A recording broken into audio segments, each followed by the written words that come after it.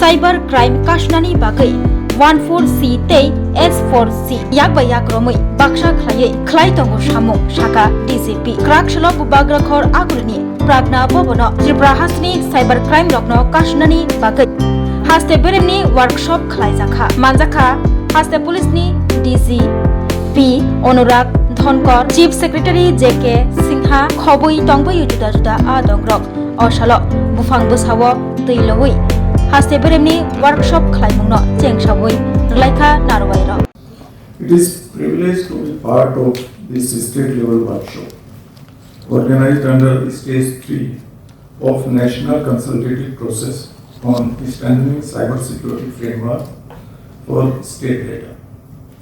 I thank Directorate of Information Technology, Government of Tripura for organizing this workshop and look forward to the recommendations that will emerge from the deliberations of this workshop.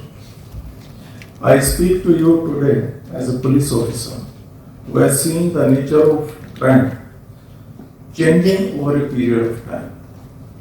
A decade ago, police dealt overwhelmingly with crimes that had physical location, a scene of crime, a weapon, a footprint, etc. Today, a significant and growing share of crimes we investigate have no physical crime scene.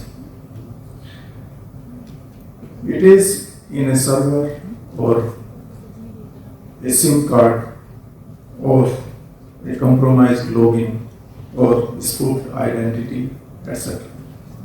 Ransomware, phishing, financial frauds, data theft, and advanced persistent threats are no longer abstract concern foreign to us.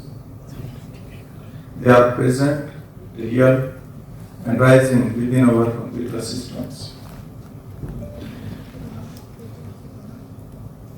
Since we are dealing with financial frauds investigation, so just to give you an idea as how serious the cyber security is. We have I4C, Indian Cyber Crime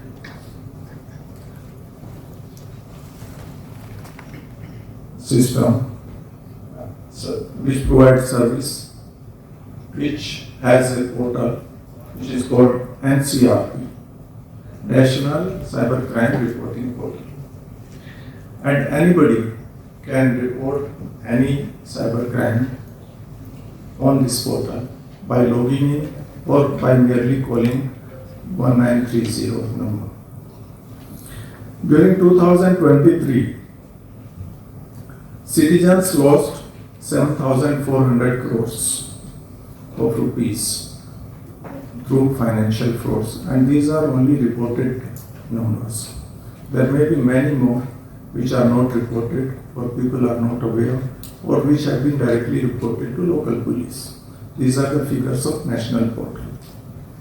During 2024, this amount rose to 22,800 crore, even more than that. And during 2025, the figure was about 22,500 crores of rupees. In Tripura itself, in last 4 years, the defrauded amount has been about 83 crores, of which about 15.43 crore has been frozen as the people, they reported the crime timely without wastage of time. So the money transfer, when it was being transferred to different accounts, it was frozen to the account in which this amount was lying or about to be transferred. And out of this amount, about 1.23 crores we have refunded to the victims so far. So this shows the extent of cyber crimes, and these are only financial frauds in which the common citizens or bank account holders, they have been cheated. In Tripura, we have a dedicated cyber crime police station having jurisdiction over all the entire state. In the line of I4C, that is Indian Cyber Crime Coordination Center, In Tripura also, State Cybercrime Coordination Center, that is S4C, has been formed last month. S4C and State CSAT can work together hand in hand for dealing with the cyber security challenges. As our government departments extend citizen services through e-governance and digital public infrastructure, the volume of sensitive data we hold, financial records, health data, identity information, infrastructure details, is growing every single day. Every byte of that data is now, in effect, a potential target for the cyber criminals.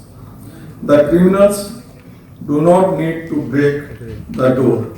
A single unpatched system or a single careless click is enough.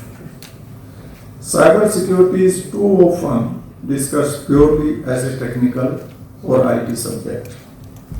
Firewalls, server, encryptions, etc. These are necessary, but they are not sufficient. The moment a breach occurs, the moment data is stolen, the moment a citizen is defrauded, it becomes a criminal act and it lands on the desk of police. Prevention is the responsibility of every department represented here, but detection, investigation, prosecution and deterrence are in the end which police is accountable for. That is why I believe law enforcement agencies should be part of the process from the initial stages itself. And today in this workshop also, our officers are participating, and I am sure that with these discussions, deliberations, very good recommendations will come out and which will be useful for our cyber security framework, which we are going to put in place.